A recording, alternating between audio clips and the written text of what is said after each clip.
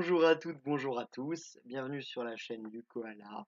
Et nous nous retrouvons dans ma nouvelle chambre avec cette lumière dégueulasse, ces murs blancs et une super ambiance évidemment. Bien, mais on va pas parler que de ça. On n'est pas là que pour se plaindre. On est là aussi pour parler de ce nouveau format qui est le format Brawl. Brawl! J'aurais jamais dû faire ça. Bien, envoyez-moi des gifs, hein. Envoyez-moi des gifs avec ça me fera extrêmement plaisir.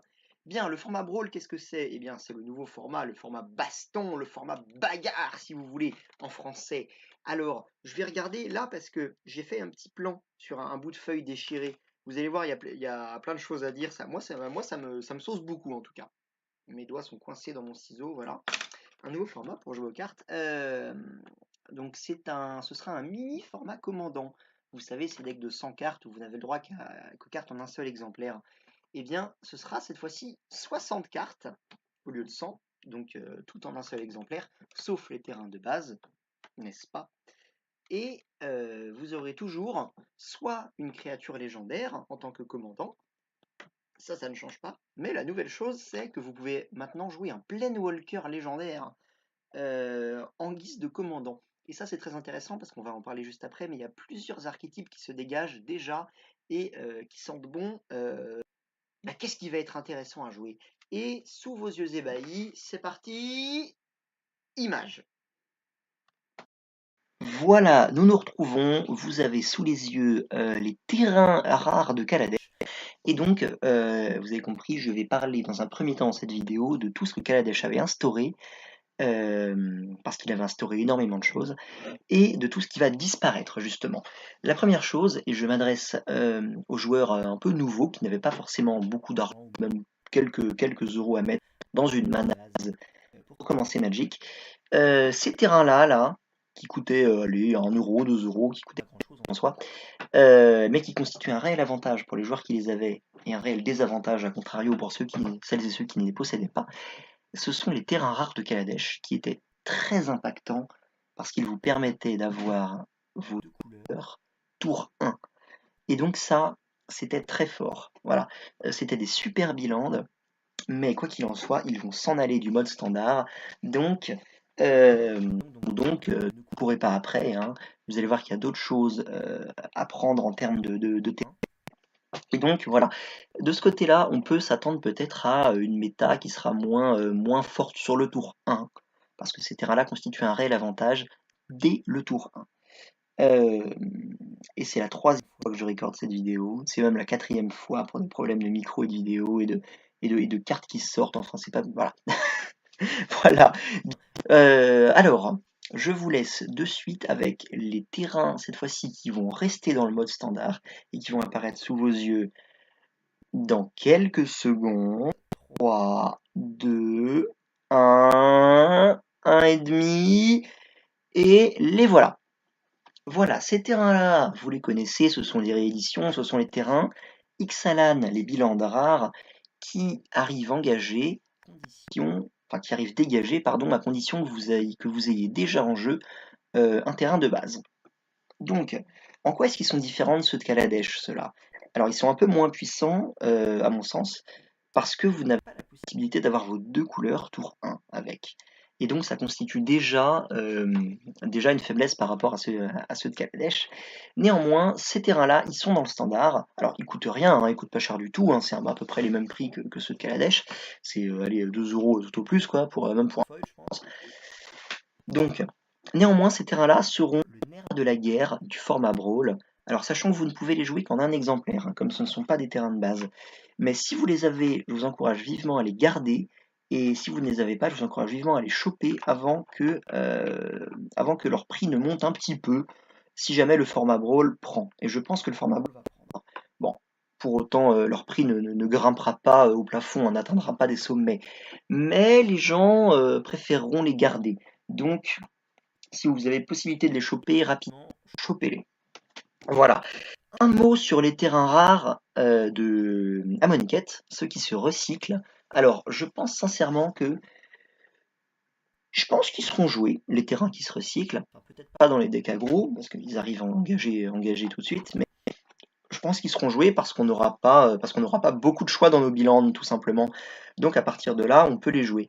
Néanmoins, ils ne constitueront vraiment pas un facteur clé de victoire euh, dans ce format Brawl. Si vous les avez, si c'est vos couleurs, gardez-les si vous prévoyez de jouer au Brawl. Mais si ça vous intéresse pas, franchement, je pense pas que ce soit compliqué. Et puis surtout, je pense pas que ce soit pénalisant de vous débarrasser de vos terrains rares qui seraient le cycle de Amonkhet. Bien, et donc, les bilans de Dominaria. Pour l'instant, on n'a pas eu de gros bilans. On en a eu quelques-uns, mais ce sont des bilans de base qui font le choix entre deux couleurs, mais qui a forcément engagé. Donc, si on a que ça à jouer, bah, je pense qu'on les jouera. Et à ce moment-là, les cycles land eh bien, d'Amonkhet seront au-dessus. Mais voilà, dans Dominaria, pour l'instant, on n'a pas vu de spoil. On a surtout eu des créatures légendaires de révéler. Donc, voilà, ces terrains de gardez-les, ces terrains de Amonkhet, si c'est vos couleurs, si vous comptez jouer, gardez-les. Voilà. Mais en tout cas, le nerf de la guerre en termes de bilan sur le Brawl, ce sera les terrains Ixalan, je pense. Hein. Je pense que ce sera ça. Et maintenant, voilà, sous vos yeux apparaissent quelques cartes. On va parler de 2 decks notamment.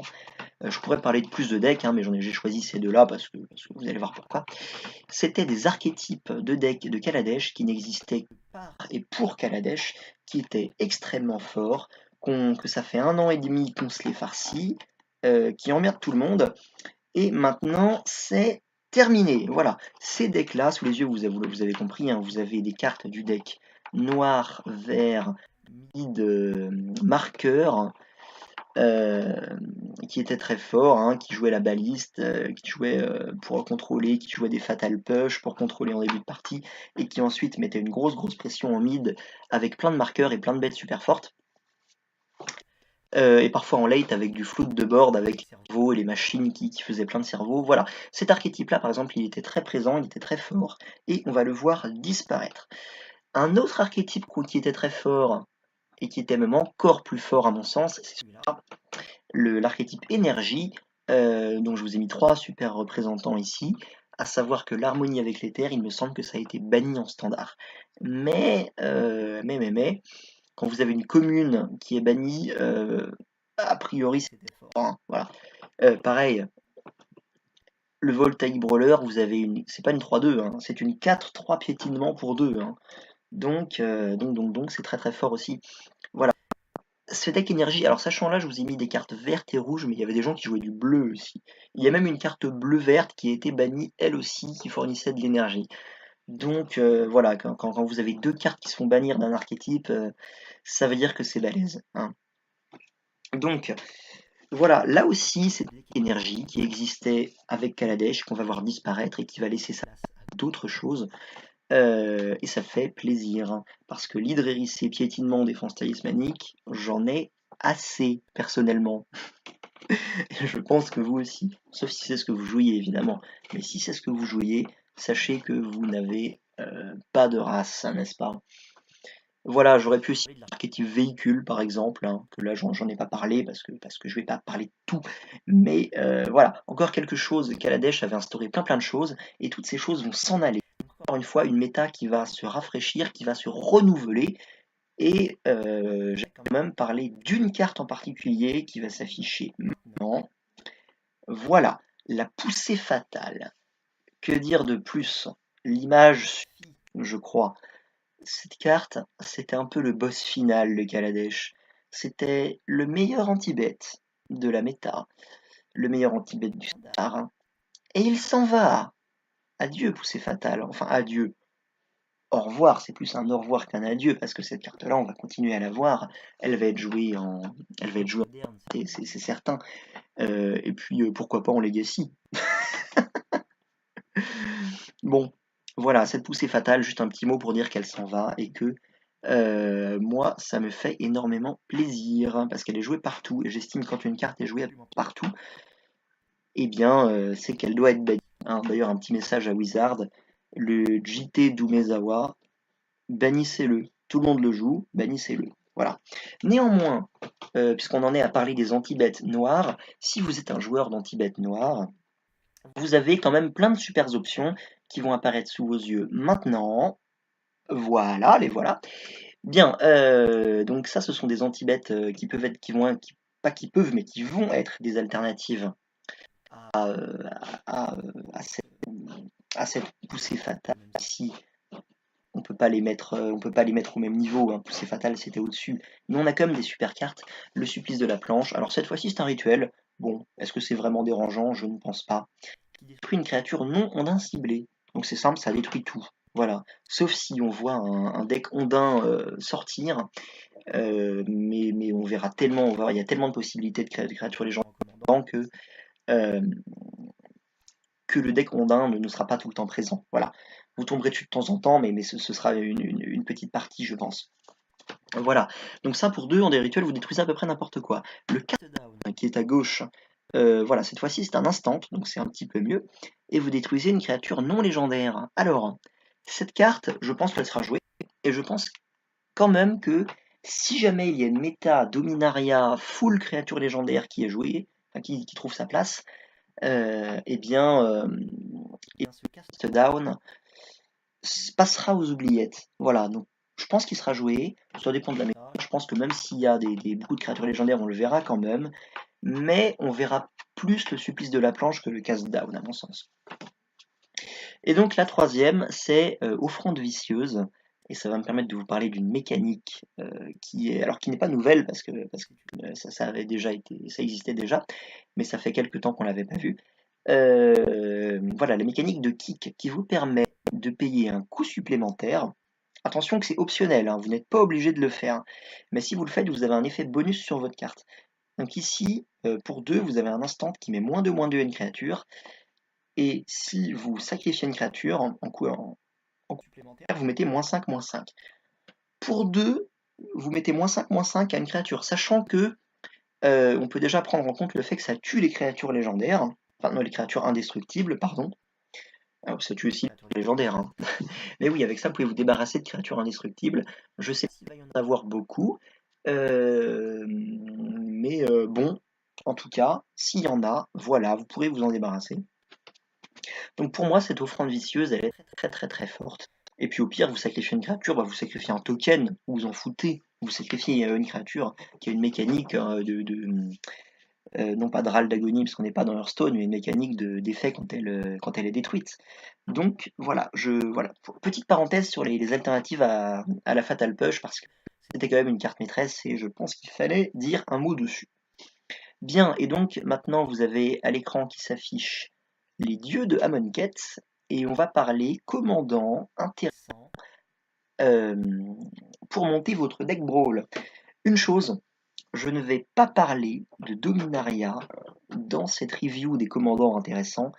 Je voulais le faire, mais tout au long de la semaine, Wizard a révélé plein de créatures légendaires et Dominaria en fait, parler des créatures de Dominaria nécessite et même mérite sa vidéo à part entière. Donc la prochaine vidéo de cette chaîne, qui va arriver très prochainement parce que j'ai plein de choses à vous dire dessus, ce sera un top de mes créatures, enfin, mon top des créatures légendaires à jouer en commandant. Euh, voilà, donc pour la vidéo, je vais me concentrer sur les autres options qui sont Amonkhet. Vous avez les 5 dieux d'Amonkhet qui constituent déjà des super commandants. C'est du monocolore, mais c'est pas très important parce que ici c'est 60 cartes et pas 100 cartes. Donc ce sera bien plus facile à réunir. Et en plus, vous n'aurez pas à réunir de bilan compliqué à avoir si vous partez sur l'option du monocolore. Donc ça c'est intéressant. Sachant que, alors moi, Rona constitue un super commandant et surtout Azoret aussi. Azoret parce que on a déjà l'info comme quoi il y avait sous Amon un deck mono rouge qui jouait Azoret. Donc on a déjà un archétype ici qui se dégage. J'aime beaucoup Bontu aussi. Voilà, j'aime beaucoup Bontu. Bon, Kefnet et Oketra, je vais pas trop en parler parce que je joue pas bleu et je joue pas trop blanc. Mais si vous avez des choses à me dire dessus, dites-les moi, je vous lirai avec plaisir. Bien. Et donc, on a aussi des créatures légendaires de Ixalan. On a des ondins, hein, on a Kumena par exemple. On a des dinosaures, on a des pirates, on a des vampires. Donc, on a déjà plein d'options de commandants super intéressants, même sans parler des cartes de Dominaria. Et je peux vous dire, quand on va commencer à parler des cartes de Dominaria la prochaine fois, voilà, les options vont éclater, hein. Bien. Alors pour l'instant, c'est tout pour cette petite vidéo. Il y aura plein de choses à dire sur Dominaria la prochaine fois. Ici, c'était surtout l'occasion de faire un